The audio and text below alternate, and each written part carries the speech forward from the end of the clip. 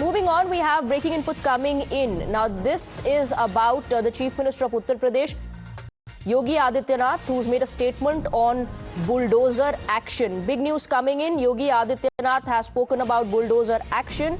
The Chief Minister of Uttar Pradesh has warned that no accused will escape, hinting at potential bulldozer action in future.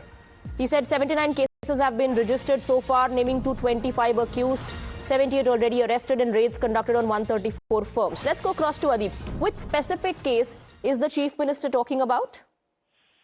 Well, Swati, Chief Minister is talking about the codeine cough racket syrup that the Uttar Pradesh government is investigating into. In fact, the Uttar Pradesh government has already formed an SIT to investigate the case, and now the Chief Minister Yogi Adityanath has spoken in the UP Assembly during the winter session. The Samajwadi Party, they have been protesting against the codeine cough syrup, alleging that the people from the government, they are trying to protect those who are involved in this syndicate. But Chief Minister Yogi Adityanath has made it very clear that bulldozer action will take place in future once the investigation of STF completes.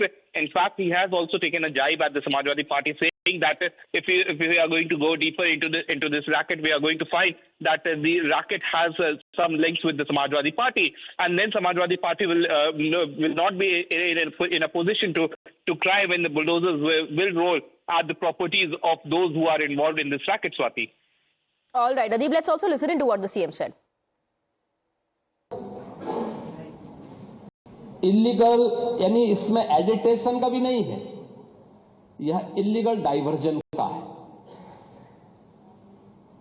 इस diversion के माध्यम से इन wholesaler ने, जिसमें सहारनपुर का भी है, गाजियाबाद का भी है, वाराणसी का भी है, लखनऊ का भी है और कानपुर का भी है, इन लोगों ने इसको उन देशों में पहुंचाया है, उन राज्यों में पहुंचाया है जहां मद्य निषेध है, लेकिन वहां पे नशे के आदी लोगों को इसको लेने की एक आदत सी है, तो वहां पर उसका दुरुपयोग किया गया है, जबकि बिना चिकित्सीय परामर्श के इसका सेवन नहीं हो सकता, खासतौर पर बच्चों के लिए। एडल्ट भी चिकित्सीय परामर्श से इसका सेवन करता है। कौन ऐसा व्यक्ति है जिसने कफ सिरप नहीं लिया? खांसी होती है, हर व्यक्ति लेता है, लेकिन चिकित्सीय परामर्श से उसमें लिखा जाता है। क्योंकि पढ़ाई लिखाई से आप लोगों का कोई वास्ता है नहीं, इसलिए आप लोग हमेशा इस प्रकार की बातें करते हैं। अब बात पहले अब सुन लीजिए ना, आपने पूरी बात बोली तो हम लोगों ने आपकी बात सुनी, आप लोग चिल्लाते रहे तब भी हम आपकी बात सुनते रहे। अब कम से कम हमारी बात तो सुन लें।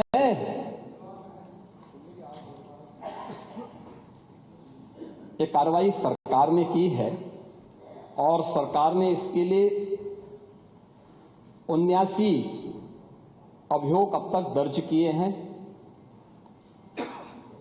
इसमें 225 अभियुक्तों को इसमें नामजद किया है, 78 अभियुक्त अब तक गिरफ्तार हुए हैं, 134 फर्म पर एक छापेमारी की कार्रवाई हुई है और इसमें अब तक जिन क्षेत्रों में ये आई हुई अलग अलग राज्यों से जुड़े हुए यह सभी केंद्र हैं, और मुझे लगता है अगर आप इसकी गहराई में जाएंगे तो घूम फिर करके वही मामला है कि वो कहीं ना कहीं कोई ना कोई समाजवादी पार्टी से जुड़ा हुआ नेता या उनसे जुड़ा हुआ कोई ना कोई व्यक्ति उसकी चपेट में आता है। और इलीगल ट्रांजैक्शन भी जो हुआ है वो अभी आपकी लोहिया बहाने के एक पदाधिकारी के अकाउंट के माध्यम से हुआ है। एसटीएफ इसकी जांच कर रही है। इस पूरे मामले में हाई कोर्ट से उस पूरे मामले को एनडीपीएस के अंतर्गत इस मामले में मुकदमा चलना चाहिए। ये उत्तर प्रदेश सरकार ने इस लड़ाई को लड़ा है और उसको जीता है, और इस मामले में कोई भी अपराधी छूटने नहीं पाएगा। और चिंता मत करिए, समय आने पर बुलडोजर एक्शन भी, उसकी तैयारी भी रहेगी।